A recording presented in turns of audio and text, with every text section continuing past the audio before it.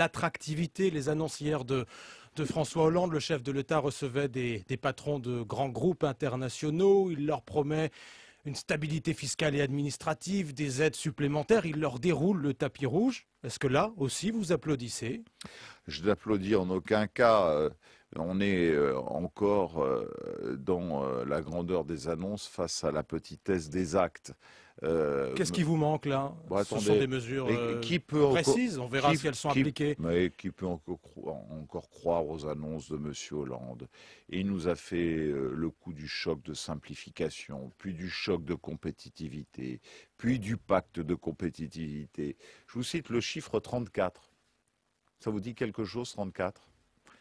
34 Les jours. projets industriels? 34 jours que M. Hollande nous a annoncé le pacte de responsabilité.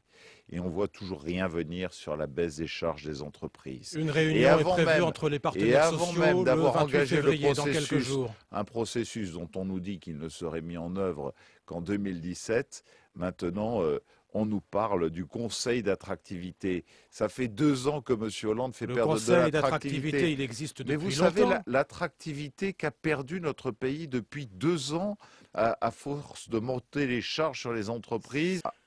Oui, je peux vous donner des chiffres. Y compris quand vous étiez au pouvoir, donc. Mais non, au contraire, je peux vous donner des chiffres très précis qui nous viennent d'ailleurs de l'INSEE, puisque l'INSEE dit très clairement qu'entre 1998 et 2008, nous avons perdu 600 000 emplois industriels, nous en avons ensuite perdu 100 000 entre 2009 et 2012, et en fin 2011, l'INSEE dit que pour la première fois, l'emploi industriel s'était stabilisé. Il a fallu revenir à mi-2012 pour que de nouveau nous perdions des emplois industriels. Depuis 2013, nous avons eu 736 plans sociaux dans notre pays, c'est-à-dire 16% de plus que depuis que nous avons quitté le pouvoir. Un chiffre, encore un chiffre.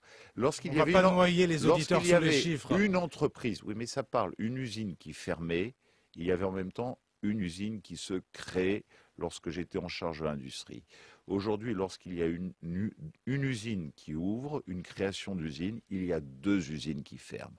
Je crois que tout est résumé. Il y a une perte d'attractivité depuis 2 ans considérable parce qu'à force de monter les charges dans les entreprises françaises, dans les PME qui sont les plus productives d'emploi et qui investissent le plus dans la recherche et le développement, la France est en train de perdre toute attractivité.